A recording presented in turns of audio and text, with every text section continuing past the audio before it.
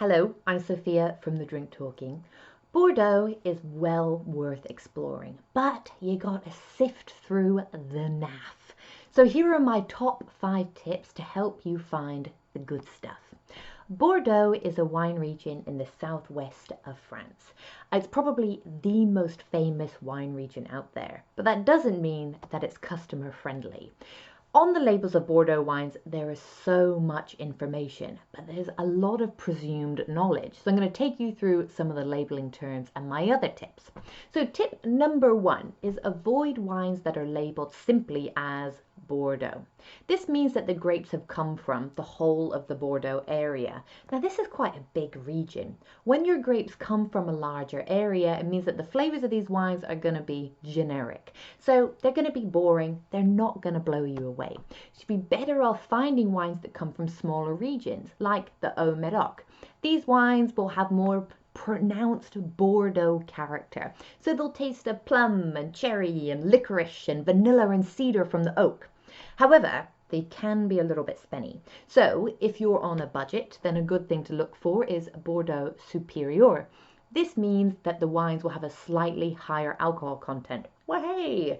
Which basically in turn means that the wine will have a fuller body. So they'll be slightly warmer and snugglier than your generic Bordeaux wines. Tip 3, Cru Bourgeois. This is ACE. It's a quality classification and it means that the wine has been tasted and certified as delish.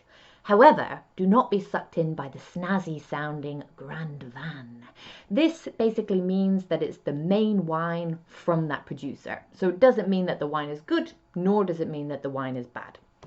Tip number 4 is vintage matters. So vintage in wine terms, it just means that the year that the grapes were picked. And in Bordeaux, they're always talking about a great vintage.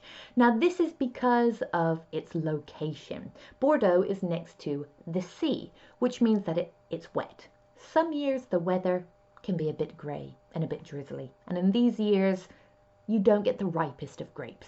Whereas in other years, the weather is glorious and you get then much more complex and distinctive flavors from these wines. Good vintage for you guys to look out for, 2009, 2010, 2015. Ones that, to keep it simple, maybe you could avoid are 2011, 2012, 2013. Doesn't mean that you can't find good wines coming from these vintages, they can just be a bit harder to find. Last but not least is have these wines with food. Bordeaux transforms when you have them with food. Compared to New World wines, they're very, very different. New World wines, when you have them by themselves, can be big and flavoursome and have so much character, whereas Bordeaux wines can be acidic and they can be timid and quiet, and you've got to work hard to release their flavours. So, when you have them with food, there can often be a transformation. All of that saltiness in your food draws out those austere flavors and makes them come alive, and any greasiness or fat in your food is going to make the wines become softer and just much more easier to drink. So you're much more going to have an adventure with food with Bordeaux wines than you would with New World wines. That's it from me for my Bordeaux tips. If you enjoyed watching it, then you can follow me on Instagram and Facebook and you can find more videos.